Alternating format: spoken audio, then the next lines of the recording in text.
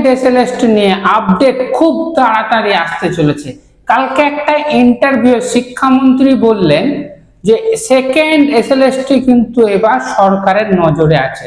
আমরা হয়তো এতদিন ভাবছিলাম যে সরকার হয়তো সেকেন্ড এসএলএসটি নিয়ে কিছু ভাবছে না, হয়তো সেকেন্ড এসএলএসটির ব্যাপারে সরকার ঘুমোচ্ছে, কিন্তু এটা পুরোপুরি ভুল।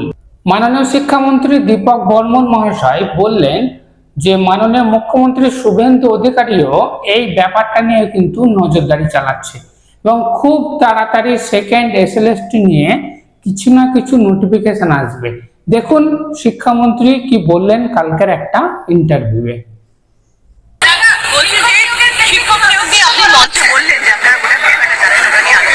শিক্ষক নিয়োগের ক্ষেত্রে এসএসসি রুলস আমাদের উচ্চ ন্যায়ালয়ের রায় এবং মাননীয় মুখ্যমন্ত্রী শ্রী শুভেন্দু অধিকারী মহাশয়ের মানবিক দৃষ্টিভঙ্গি প্রত্যেকটির সমন্বয়ে পুরো বিষয়টি বিশ্লেষণ চলছে। অতি দ্রুত পদক্ষেপ করা হবে।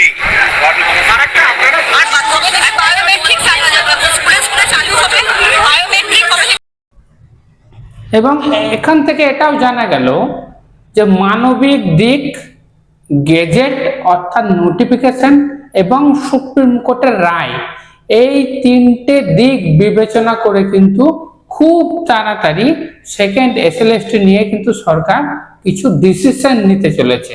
এবং বোঝাই যাচ্ছে যে জুলাইয়ের শেষের দিকে বা আগস্টের স্টার্টিংয়ে কিন্তু এই সেকেন্ড এসএলএসটি নবম দশমের ইন্টারভিউ প্রক্রিয়া কিন্তু শুরু হতে পারে। এবং চারিদিক বিবেচনা করে যাতে কোনো পক্ষই সমস্যাতে না পড়ে বা কোনো পক্ষই কোনো কোশ্চেন না তুলতে পারে, এই সব দিক বিবেচনা করে কিন্তু সরকার পদক্ষেপ খুব তাড়াতাড়ি করতে চলেছে। তো কিছুদিন ওয়েট করতে হবে, জাস্ট একটু ধৈর্য ধরে ওয়েট করতে হবে যে কি ডিসিশন সরকার নিচ্ছে।